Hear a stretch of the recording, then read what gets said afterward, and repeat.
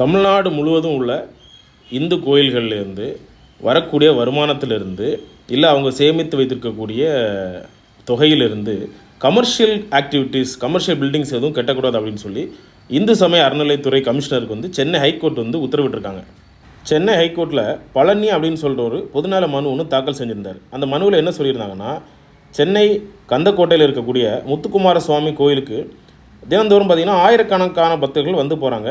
So இது மூலயமா வந்து மிகப்பெரிய தொகை வந்து உண்டியலில் வந்து வருமானமாக கிடைக்குது. அந்த கோயிலில் இருக்கக்கூடிய நம்பிக்கையின் காரணமாக பக்தர்கள் வந்து அவங்க சொத்துக்களை கூட அதில் எழுதி வைக்கிறாங்க.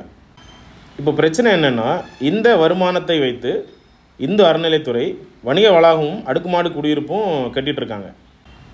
மேலும் அந்த மனுவில் என்ன குறிப்பிட்டிருந்தாங்கன்னா, ரவி விசஸ் ஸ்டேட் ஆஃப் தமிழ்நாடுன்னு சொல்லக்கூடிய மதுரை ஹைகோர்ட் பிறப்பித்த ஒரு ஆர்டர் ஆகஸ்ட் 19, 2025 பிறப்பித்த ஆர்டரில் தமிழ்நாடு அரசாங்கம் கோயில்கள்லேருந்து கிடைத்த வருமானத்தில் 27 மேரேஜ் ஹால் வந்து கன்ஸ்ட்ரக்ட் பண்ணுறதுக்கு பிளான் பண்ணியிருந்தாங்க. ஆனால் அது ரிலீஜியஸ் பர்பஸ் கீழே வராது. மேலும் பக்தர்கள் வந்து கோயில் பராமரிப்புக்கும் விழாக்களுக்கும் மத சடங்குகளுக்கும் ஏழை மக்களுக்கு உணவளிப்பதுக்கும் மற்றும் தேவையான டிவோட்டிகளுக்கு சப்போர்ட் பண்ணுறதுக்கும் தான் வந்து காசு டொனேட் பண்ணுறாங்க. அந்த காசை வந்து அரசாங்கம் ப்ராஃபிட் பண்ணணுன்றதுக்காக டொனேட் பண்ணலை அப்படின்றதையும் வந்து மேற்கோள் காட்டியிருப்பாங்க மதுரை உயர்நீதிமன்றம். ஆக கவர்மெண்ட் ஸ்கீம்ஸ்க்கு வந்து கோயிலில் கலெக்ட் பண்ணக்கூடிய காசை வந்து யூஸ் பண்ணக்கூடாது அப்படின்னு சொல்லி ஹைகோர்ட் சொல்லியிருந்தாங்க. இந்த வழக்கிலையுமே அதே தான் சொல்கிறாங்க. ஆனால் அரசு தரப்பிலிருந்து கிட்டத்தட்ட 80% கட்டுமானம் முடிஞ்சிருச்சு. 7 கோடி ரூபா மதிப்பில் கட்டுமான பணிகள் நடைபெற்றிருக்கு. இது முடிஞ்சது அப்படின்னு சொன்னால் 7 லட்சம் ரூபாய் கோயிலுக்கு வருமானம் கிடைக்கும்.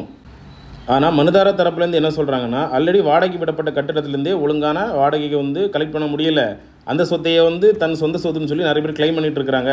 முதல்ல அதை சால்வ் பண்ணுங்கள், அதுக்கப்புறம் புதிதான கட்டிடம் கட்டி வாடகை விடலாம் அப்படின்னு சொல்கிறாங்க. இது தொடர்பாக தமிழ்நாடு அரசும் அறநிலைத்துறையும் 22ஆம் தேதிக்குள்ளாடி பதில் அளிக்கணும்னு சொல்லியிருக்காங்க. மேலும் இனிமேல் கோவில் நிதியிலிருந்து வணிக வளாகங்கள் கட்டக்கூடாது. இந்த விஷயத்தை சுற்றறிக்கையாக எல்லா கோயில்களுக்கும் சீக்கிரம் அனுப்பணும். இதை மீறினா அறநிலைத்துறை கமிஷனர் மீது ஹைகோர்ட் வந்து நீதிமன்ற அவமதிப்பு சட்டம், அதாவது கண்டெம்ப்ட் ஆஃப் கோர்ட் ஆக்டின் படி நடவடிக்கை எடுக்கும்னு சொல்லியிருக்காங்க. கோயில் வருமானத்தை கமர்ஷியல் ஆக்டிவிட்டி யூஸ் பண்ணுறது சரியாக தவறா, இதில் உண்மையாகவே கோயிலுக்கு வருமானம் கிடைக்குமா அப்படின்ற உங்களுடைய கருத்தை கீழே கமெண்ட் பாக்ஸில் கமெண்ட் பண்ணுங்கள்.